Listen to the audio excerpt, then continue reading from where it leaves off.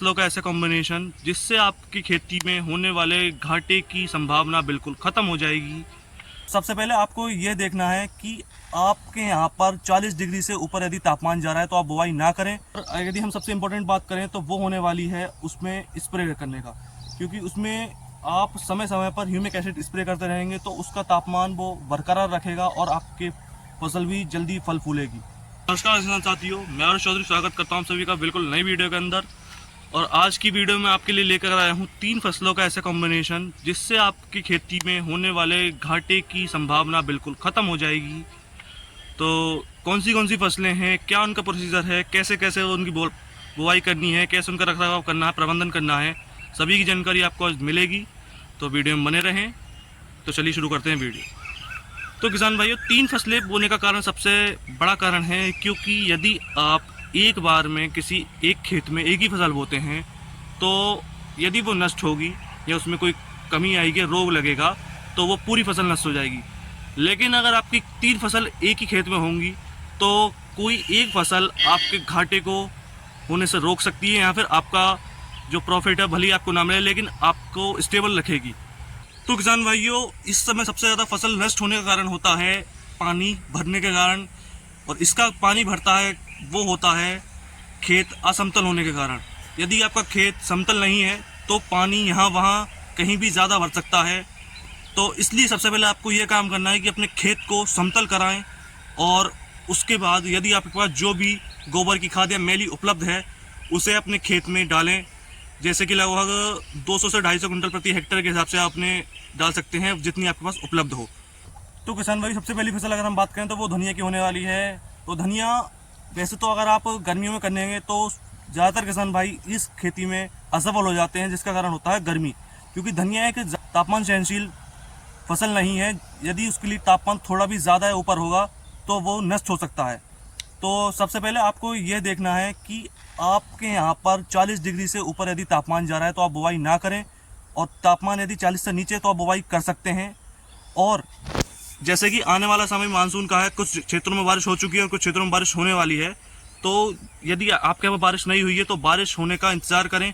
बारिश होने के बाद में जब आपकी खेत की गर्मी शांत हो जाएगी बारिश होने के कारण, तो आप आसानी से उसकी बुवाई करें।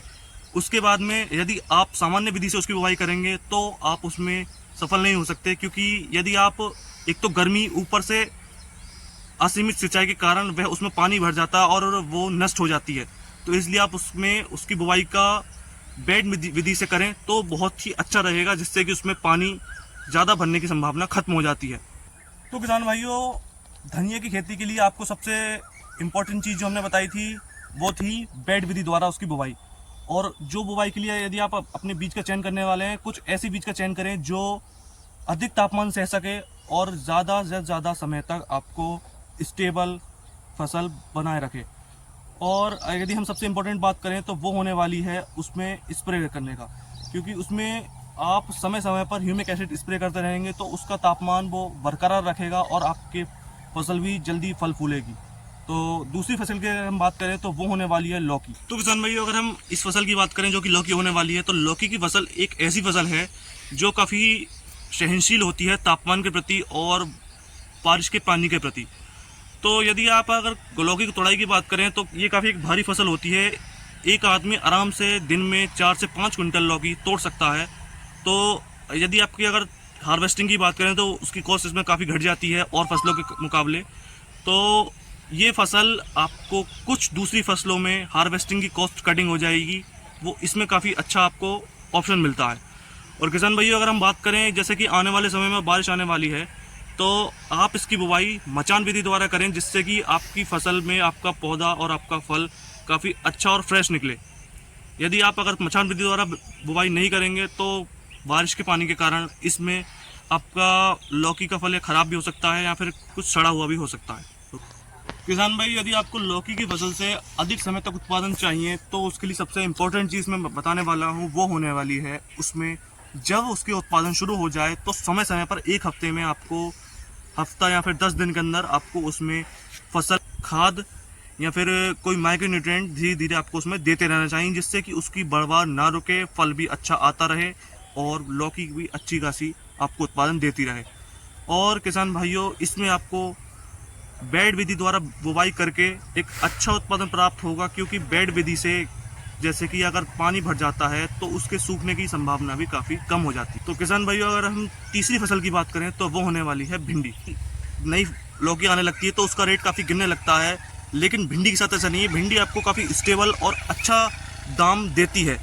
तो अगर हम लौकी की तोड़ाई की बात करें, जो कि आप एक आदमी भी दिन में 4 से 5 कुंटल आराम से तोड़ सकते हो, लेकिन भिंडी में ऐसा नहीं है।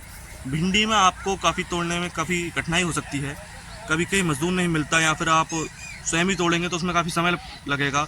लेकिन लौकी का ही यही फीचर आपको काम में आए, क्योंकि लौकी की तोड़ाई आसान है, जिससे कि आपको स्टेबिलिटी मिल जाएगी। और किसान भाई हम बात करें तो भिंडी भी काफ़ी पानी से सहनशील एक फसल होती है, जो कि पानी लगने के कारण जल्दी सूखती नहीं, आसानी से बच जाती है।